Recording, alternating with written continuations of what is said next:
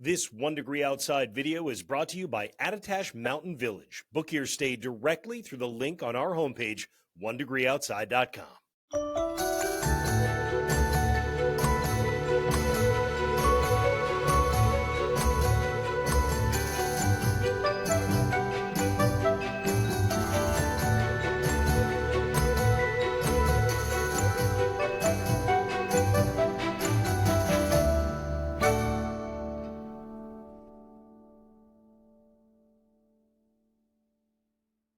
Weekend Insights, Matt Noyes. This is designed to take you through the weekend and beyond. So that means that the Friday night snow that Danielle talked about in our early morning video, 1 Degree Outside today, still lives on our homepage and on our app. I covered in Insights yesterday, but we're not going to do that here. We're going to move on farther. So decidedly more wintry patterns settling in from this weekend onward. Impactful weekend cold. We'll talk about that. Still watching some holiday week systems with a chance of snow showers, and the cold's going to return for us in January. You'll start to see some signs of that as well. Jet stream, big dip, big trough in the eastern United States. Now, remember the jet stream separating cold air to the north from warm to the south. So this has opened the door to cold air, high pressure building in. It's cold and dry. There still will be some snow showers streaming off of the Great Lakes and also in the mountains on Saturday. High temperature Saturday, 20s and teens. By the time we get to Sunday, the cold reaches its peak here at home. The purple indicating highs only in the single digits for some of us. I can tell you the map Sunday does look fairly dry for the eastern United States because the cold air is dry stuff from Canada, but new system coming into the Pacific. I only point that out because it certainly reinforces the fact there'll be more energy traversing the country getting into the holiday week next week. Let's start out with the cold. We never like to hyper-sensationalize, but we also want to put things in honest perspective, right? So the normal low is 28 in Boston heading into this weekend. With lows in the single digits in a lot of spots, it's certainly colder than normal, right? Record lows this weekend, actually some of them date back to 1883, are between minus 12 and 1. So you're not setting a record for cold. But it is a shock to the body, and that's important to acknowledge. You know, we do private and custom forecasts for municipalities, for snow removal crews, for college campuses and facilities, right? So we look at this and say, okay, the shock to the body applies in a few ways. For municipalities, you want to be ready to have a little bit of increased demand at our homeless shelters, for example. For folks who work outside, whether you're on DPW, DOT crews, or you work outside construction, you want the full winter gear heading through the upcoming weekend, particularly Saturday night, Sunday night, and into Monday morning. And any areas with poorly insulated pipes, facilities are a little bit older, the pipes are on the outer part of the building without much insulation. You may have some problems with that with the cold overnights, and we'll get into that in more detail in a second. You can always check in on your locality with our free app, Noyes' 1 Degree Outside Weather. So Saturday, the temperatures really aren't that bad, right? The snow is gone Saturday when you wake up in terms of not falling anymore.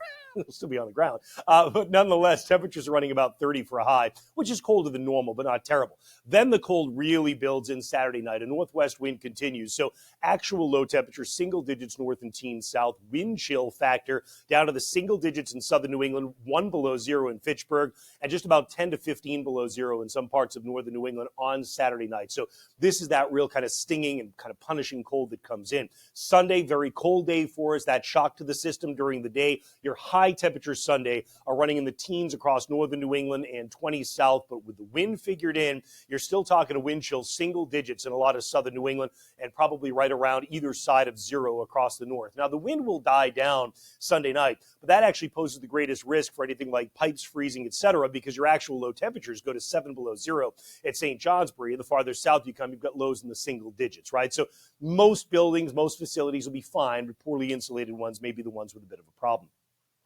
We get into Monday, and a rebound is just into the 20s. By Christmas Eve day, you're back in the 30s, but there's a chance of snow moving in Christmas Eve day. Let me show you.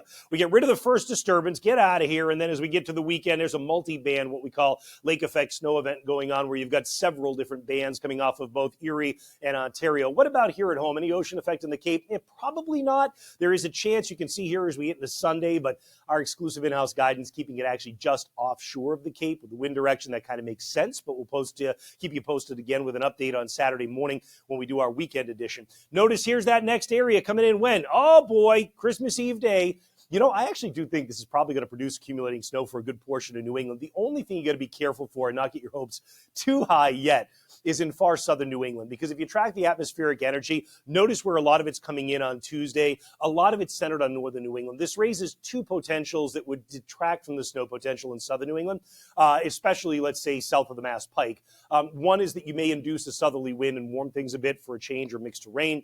The other one is that if you're not in the path of the energy, you don't get as much. Now, notice, though, some some of this does try to sweep southward and across southern New England later Tuesday. So that's why I say I think a lot of us probably do get accumulating snow on Christmas Eve day, which would be awesome. But we'll keep you posted on that. And the only thing I'd be cautious with are those areas I just talked about.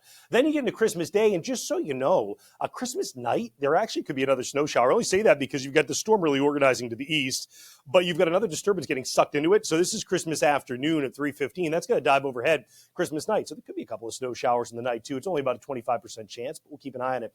And as we get out to next weekend, what I think is interesting is, do you remember in Insights a couple days ago, I had told you, look, don't fret if you're a winter sports enthusiast over the quote warm temperatures for next week into the 40s.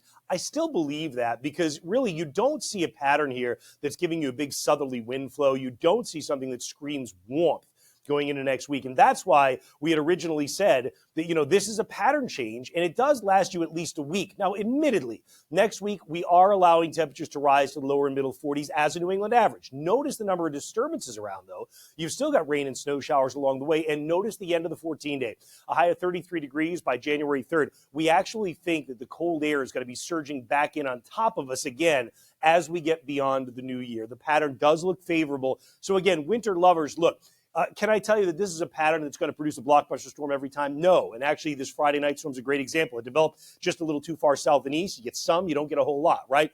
But can I tell you, at least you still have a pattern with a lot of potential going into January still.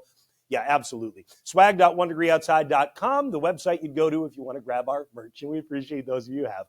That's how it looks for now. I hope this deep dive into meteorology has been interesting for you. And, of course, we've got the weekend edition comes out Saturday morning. Hope you have a great weekend otherwise.